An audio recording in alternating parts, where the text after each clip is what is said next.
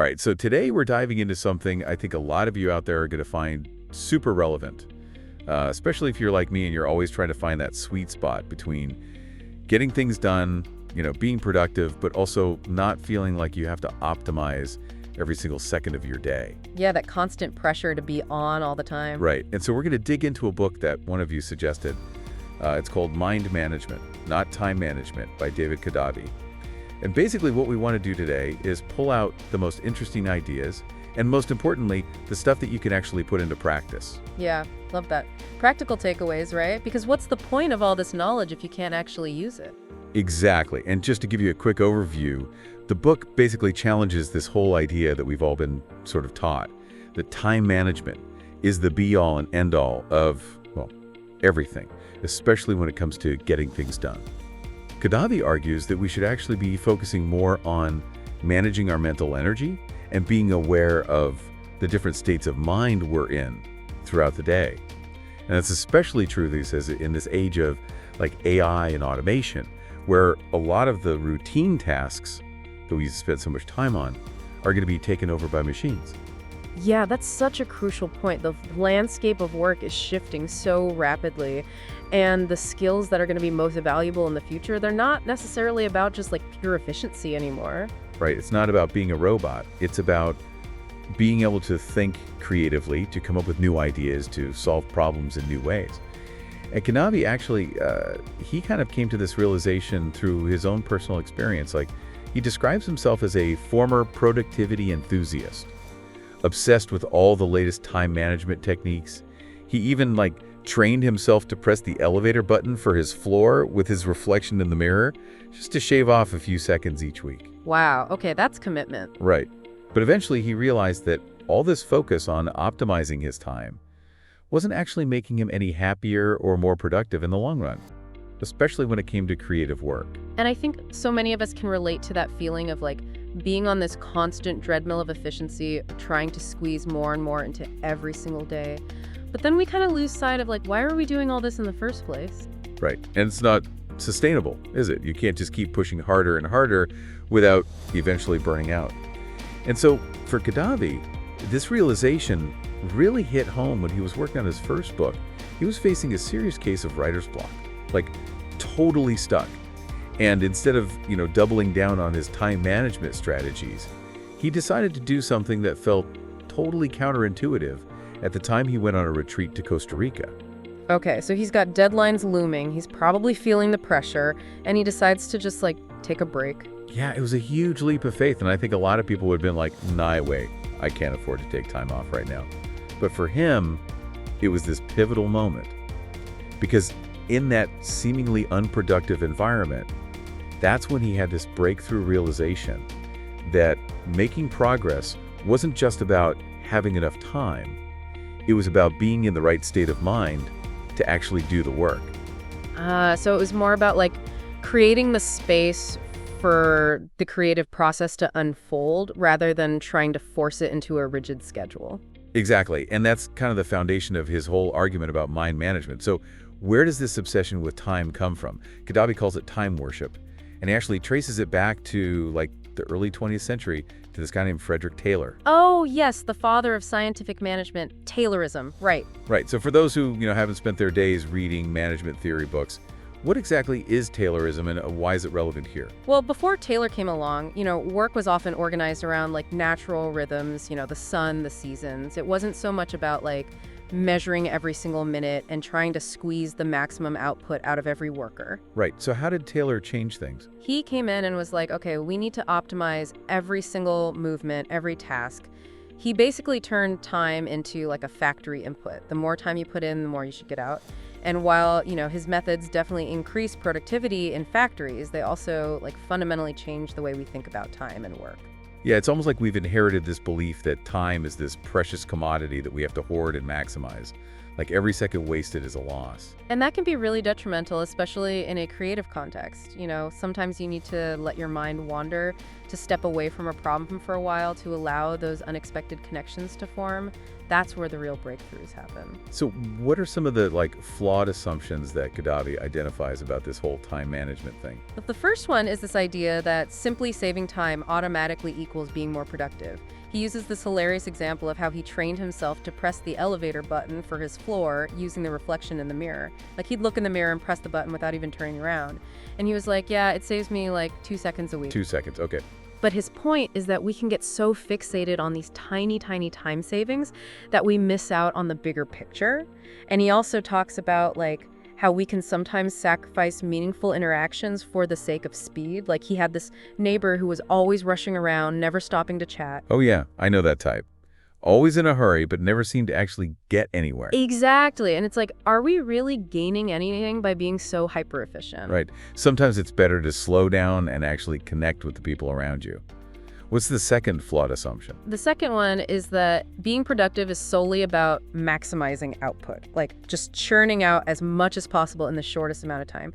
But he points out that this completely overlooks the importance of the quality of what you produce and the value. You could spend an hour writing a really impactful email that changes the course of a project, or you could spend an hour, responding to a bunch of unimportant messages that don't really move the needle. It's not just about quantity, it's about impact. And this brings us to his idea about the diminishing returns of time optimization. Can you explain what he means by that? Sure. Basically, it's this idea that there's a point where putting in more time or effort doesn't necessarily lead to a proportional increase in results. Like, if you're working on a task, you might initially make a lot of progress. But as you get tired or you hit a mental block, you might find that you're putting in more and more effort for less and less output. Yeah, I definitely hit that wall sometimes. Especially when I'm writing, it's like my brain just turns to mush after a certain point. Totally. And that's why it's so important to be mindful of our energy levels and to structure our work in a way that respects those natural rhythms instead of just trying to push through it all the time. And this is where his whole argument about the creative age becomes super relevant, right? Absolutely. Kadavi argues that we're moving into this new era where AI and automation are going to be taking over a lot of those routine, optimization-based tasks that we've traditionally associated with productivity. Things like processing loans, customer service, even analyzing medical scans. Those are all tasks that can be broken down into very specific steps, which makes them perfect for AI. But what AI can't do as well is come up with new ideas, solve problems in creative ways, or understand the nuances of human emotion. Right, that's still our domain. And he actually uses this fun example of something called NaNoGenMo, National Novel Generation Month, to illustrate the limits of AI creativity. Have you heard of this? Oh yeah, that's where they basically try to get AI to write novels. Right. And it's interesting because, while the AI can definitely turn out a lot of text, it doesn't really produce anything that's truly original or meaningful. Kadavi mentions this one AI model from the 2019 challenge that produced this really bizarre sentence. I was playing with my dog, Mark, the brown Labrador, and I had forgotten that I was also playing with a dead man. Okay, that's definitely not winning any literary awards. Right, it's like this Frankensteinian mishmash of words and phrases that don't really make sense together, and it highlights this key point that Kadavi's making. Just because you can produce a lot of something doesn't mean it's good or even coherent. And this is why he believes that our ability to think creatively is going to become even more valuable in the future. It's about working smarter, not just harder. Exactly. And that brings us to the heart of his argument. How do we actually tap into that creative sweet spot? How do we manage our minds in a way that fosters those aha moments and those breakthrough ideas? Right, and one of the first things he talks about is the importance of understanding how creativity actually works.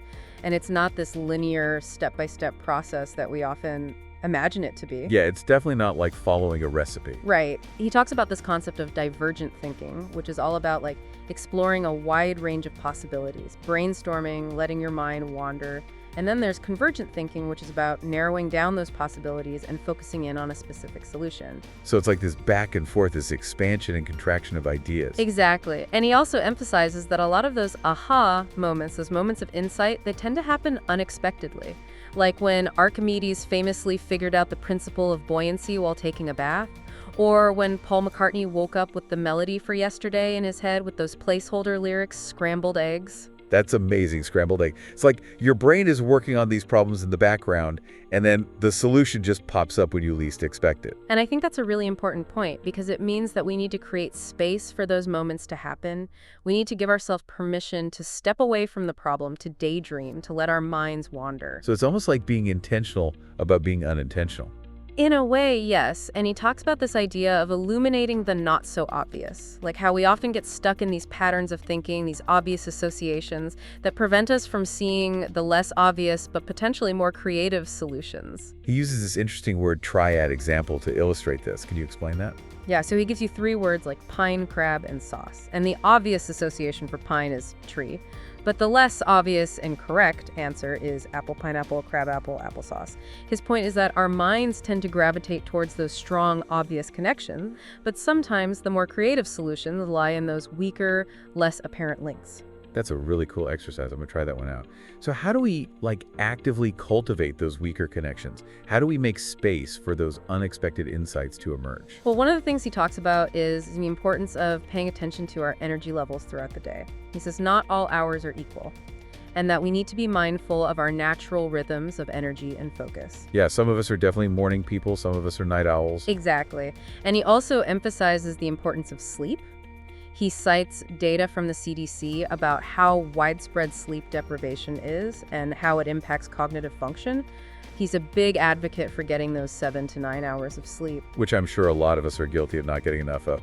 Right, but he also has this kind of counterintuitive idea about the gift of groggy. Have you heard of this? Yeah, he suggests that sometimes a little bit of sleep deprivation can actually make us more creative. Right, and it sounds crazy, but there's actually some evidence to support this. The idea is that when we're a little sleep deprived, our prefrontal cortex, which is the part of our brain responsible for inhibition and focused attention, it becomes a little less active. And this can sometimes lead to more divergent thinking and more willingness to explore those unconventional ideas. But he's very clear that this is not a sustainable strategy and that we should prioritize getting enough sleep overall. So it's like maybe don't pull an all-nighter, but if you find yourself a little groggy one morning, maybe try to channel that into some creative work. Exactly. And another interesting idea he talks about is this concept of flipping the temporal switch, which is something that he experienced when he was living in Colombia. Oh yeah, tell us about that. So he describes this phenomenon that he and other expats have noticed, where after about 3 weeks in a new culture, they have this sudden shift in their perception of time. They move from this very rigid, clock-based urgency to a more relaxed, event time orientation. And it often happens after like a minor mishap or a funny situation. For him, it was a malfunctioning lock. Right. And so instead of getting frustrated, he was like, okay, I guess this is just how things work here. And it's interesting because it connects to his whole discussion about why some cultures might think of a week as having 8 days. Yeah, like in Colombia where they say in 8 días, which literally means in 8 days when they mean a week from today.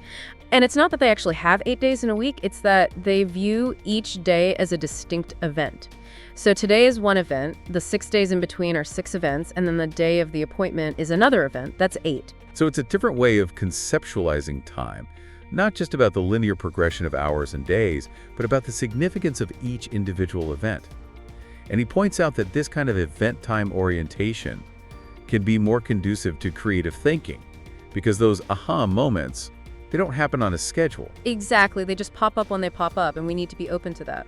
Okay, so we've talked about the limitations of time management, the nature of creativity, and the importance of understanding our mental states. But how do we actually put all of this into practice?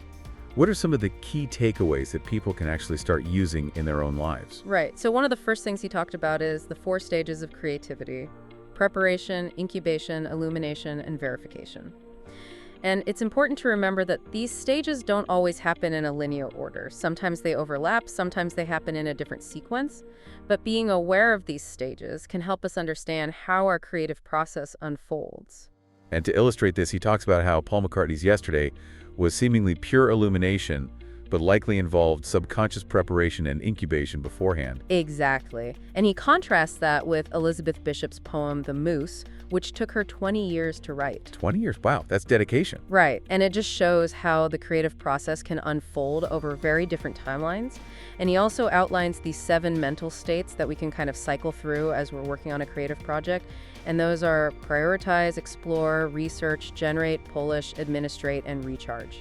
And the key is to be mindful of which mental state you're in and to align your tasks accordingly. Yeah, like if you're feeling really energized and open-minded, that's a great time to brainstorm or to do some exploratory research. But if you're feeling more focused and detail-oriented, that might be a better time to edit or to work on a more analytical task. Right, it's about matching the task to your energy and your mental state. And he also talks about the importance of creating the right environment for different types of work. Absolutely. He discusses this idea called prospect refuge theory, which basically says that humans are drawn to environments that offer both open spaces with views, prospect, and more enclosed spaces for retreat and safety, refuge. So it's like having a balance of like stimulation and quiet. Right, and he suggests that open spaces are better for divergent thinking, while closed spaces are better for focused analytical work. And he even mentions a study showing that stock traders in taller buildings with more expansive views took more risks. Fascinating, right? Like the environment itself can actually influence our mindset. And then there's this idea of rituals, which I think a lot of creative people already do intuitively. Yeah, rituals are really powerful because they act as these cues for our brains, signaling that it's time to shift into a certain mental state. He talks about Twyla Tharp, the choreographer, who has this box that she fills with objects related to her current project, and she uses it to kind of immerse herself in the project's world before she starts working. And he also describes his own pre-writing ritual, where he does these very deliberate, slow actions with his notebook to help him transition into that creative headspace. Yeah, it's all about creating those intentional transitions. Okay, so we've talked about managing our environment and establishing rituals. What about managing the actual flow of information? He has some interesting ideas about how to optimize that. Yeah, so one of the things he recommends is setting up research ritual. Like he does his research in the evenings before he starts writing in the mornings. And this is because he found that it freed up his short-term memory to focus on the actual creative work. So it's like he's giving his brain time to process the information overnight. Exactly. And he uses this analogy of a stage. Our short-term memory is like a small stage, and if we try to put too much information on it at once, it gets overcrowded and things start to fall apart. But our long-term memory is like a vast audience. So by doing the research beforehand, he's essentially moving that information from the stage to the audience, freeing up space for his creative process to unfold. That's a great analogy. And it also connects to his point about control level theory, which suggests that open spaces encourage big picture thinking, while smaller, more enclosed spaces promote more focused, detail-oriented thinking. Right, so if you're working on a task that requires you to zoom out and see the big picture, maybe try going for a walk or working in a more open environment. And if you need to focus on the details, maybe find a smaller, quieter space to work in. And he talks about shifting from this rigid daily routine to more flexible weekly structure where you dedicate certain days or blocks of time to specific types of work. Yeah, like instead of trying to cram in a little bit of everything every day, you might have a day for brainstorming, a day for research, a day for writing, and so on. And he also emphasizes the importance of having a weekly review, where you kind of take stock of what you've accomplished, what you need to focus on, and what you can delegate or postpone. And this brings us to his idea of firing the CEO of our brain. What does he mean by that? Well, it's this idea that we need to be more intentional about what we choose to focus on. Just like Steve Jobs famously decided what Apple would not do in order to stay focused on their core mission, we need to be more selective about what we allow into our mental space. So it's about saying no to distractions, to those things that aren't truly important to us. Exactly, and recognizing that our mental energy is a finite resource that we need to manage wisely. And along those same lines, he talks about understanding our own creative cycles. The idea that we have these natural ebbs and flows of energy and focus that can influence our creative output. Right. He shares his experience of working on a book over 3 years in Chicago and how the changing seasons really impacted his creative process. Summer, with its sense of openness and possibility, was better for generating big ideas, while the darker, more introspective winter months were better for the more focused work of research and writing. It's like aligning your work with the natural rhythms of the world around you.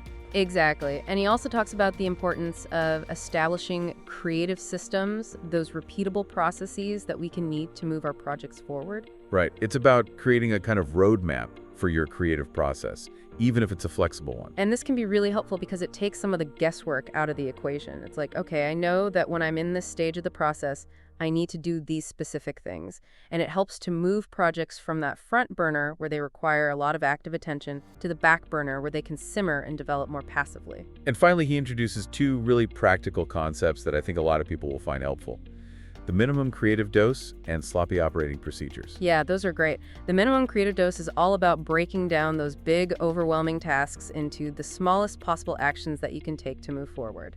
He gives the example of spending just 5 minutes drafting the introduction of a blog post or an essay.